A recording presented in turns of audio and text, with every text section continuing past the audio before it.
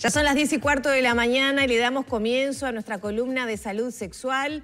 Nuestra sexóloga Rosana Pombo nos va a proponer hablar sobre pactos sexuales renovables. Bienvenida. Buenos días, ¿cómo les va? Un poco, hemos hablado varias veces, ¿no? De que la rutina, las parejas de largo aliento, digamos, a veces pierden el deseo sexual justamente por costumbre, quizás. Sí. Esto es una buena herramienta para renovar un poco el deseo. Exacto. Sí, es un cambio un poco de paradigma también de cómo las personas se relacionan sexualmente, porque hablamos de pactos sexuales renovables conscientes, porque en realidad cuando las personas empiezan a tener relaciones sexuales, se conocen, empiezan un vínculo, Lorena, hay como ciertos pactos, ciertos acuerdos implícitos, como quién, por ejemplo, toma la iniciativa, que en general en nuestra cultura occidental la iniciativa quien la toma el varón, que los juegos sexuales, digamos, los preliminares tienen que ser largos, preparatorios de la mujer.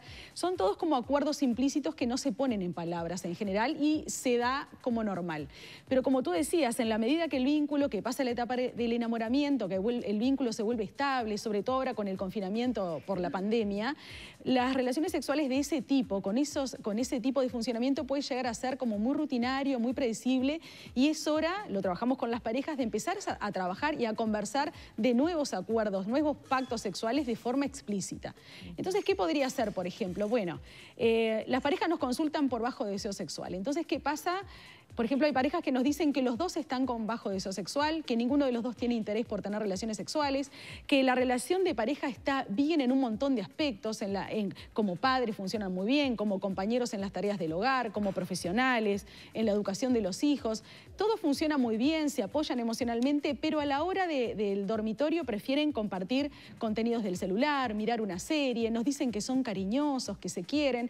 Entonces nos consultan porque les parece que no es normal.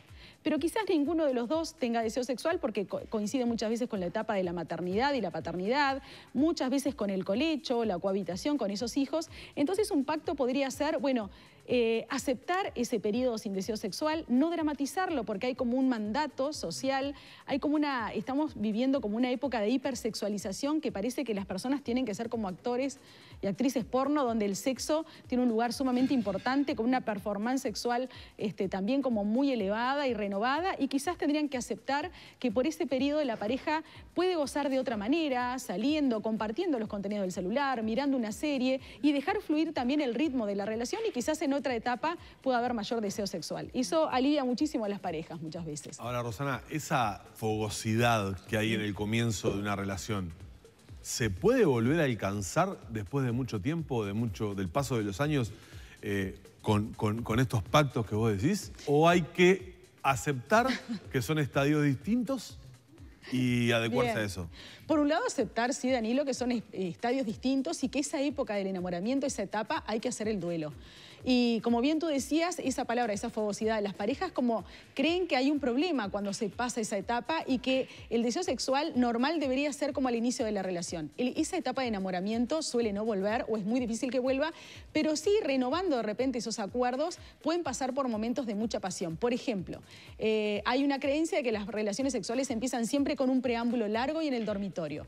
Bueno, pero pueden alternar la iniciativa, de repente si siempre fue el varón, que sea la mujer, si siempre fue el varón en una pareja heterosexual el que tenía como el mandato de hacer despertar el deseo en esa mujer y hacerla llegar al orgasmo, puede ser al revés, puede ser que la mujer tome la iniciativa, prepare el cuerpo del varón y trate de estimularlo para llegar al orgasmo.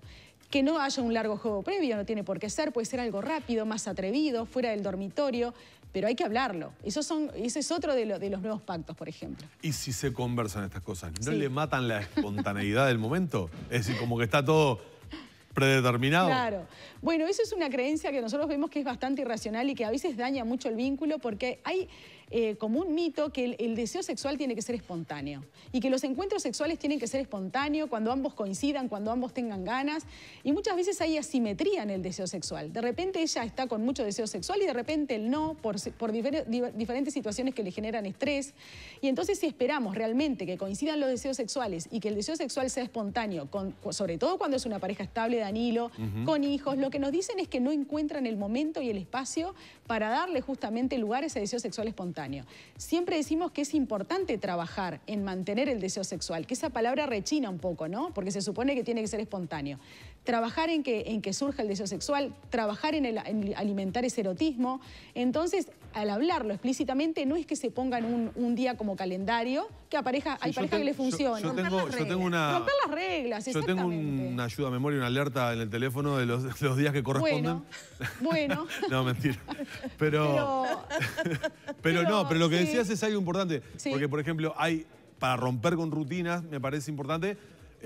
siempre en el dormitorio, con la cómoda, con los cuadritos de los nenes. O sea, salir a otro lugar, Exacto. eventualmente buscar alternativas, buscar lugares distintos. Bien. Fin de semana. Exacto. Que uno lo hable no quiere decir que tenga que ser según el calendario. Si bien hay parejas que les funciona el calendario, pero sí tenerlo de forma consciente. Que es importante seducir, que es importante un mensajito, un halago. Que de repente pueden haber mujeres que funcionen más desde el lado del romance en el día a día y de repente el varón puede ser más frío y me dice, me olvido, nos dice. Y bueno, tratar de hacer un ejercicio consciente, de acordarse que si eso predispone a su compañera o a su compañero, es importante que lo trabaje. Las personas también a lo largo de los años vamos cambiando a nivel profesional, a nivel de la relación familiar, de los amigos, a nivel del manejo de las emociones. Entonces, lo que funcionaba al principio quizás no funcione después. No hay que dejarlo al correr del tiempo y hay que trabajar entonces, renovar los pactos, renovar el erotismo y hacerlo consciente de qué forma sí puede funcionar y si no funciona, probar otras formas. Bien. ¿Hasta dónde puede llegar a erosionar la relación cuando estas cosas que eventualmente se pueden llegar a conversar no funcionan en alguno de los dos o en los dos? Hoy estamos hablando, Danilo, justamente de algunos acuerdos muy novedosos que empezaron como a aparecer, yo te diría, en estos últimos 10 años, de la mano de la sexología y la apertura también mental, que muchas veces esos acuerdos, cuando no funcionan, y quizás habría que buscar otros acuerdos que las parejas quizás no los tengan por la educación que tenemos, por la educación de la monogamia. ¿Sí? ¿Los permitidos, por ejemplo? Sí. Sí, muchas veces acordar de que, bueno, la persona que no tiene deseo sexual y que realmente se le hace muy agobiante tener relaciones sexuales, pensar en la otra persona que sí lo desea, se puede acordar la privacidad, es decir, el ejercicio sexual en privado como la masturbación, pero también se podría pensar en algún como sustituto sexual, es decir, incorporar quizá un tercero, no a la relación, que podría ser, o sea, hay muchísimos acuerdos. Externos, por ejemplo. Pero siempre conversado, consensuado, que la persona que sí desea tener relaciones sexuales y sufre porque quizás no tengan relaciones cada muchos meses. Es no apto para celosos. Y bueno, no, sí. Son acuerdos muy difíciles de mantener, ¿no? Por lo menos en nuestra cultura, porque tenemos como Claro. quizá esa doble cuestión. Hay que animarse a conversarlo porque ese es como un preconcepto que es muy difícil de sostener, que quizás genere un conflicto, pero quizás no, si es conversado, explicitado, y que puede ser por un periodo de la relación, no tiene por qué ser para siempre. Por eso son renovables los pactos y hablándolo, si no están de acuerdo, no se realiza, pero muchas veces están de acuerdo y no se animan a decirlo. La clave de todo es hablar sinceramente. Exactamente, la comunicación sexual y afianzar mucho el vínculo, la confianza, la complicidad y que siempre la relación de pareja debe ser el centro. Todo lo externo puede ir y venir y no tiene por qué, por supuesto que siempre hay riesgos, pero también una relación sexual sin vida íntima también tiene riesgos. Claro. Rosana, muchísimas gracias como siempre. Como bueno, siempre. Gracias. Te esperamos para una próxima visita. Gracias. Encantada.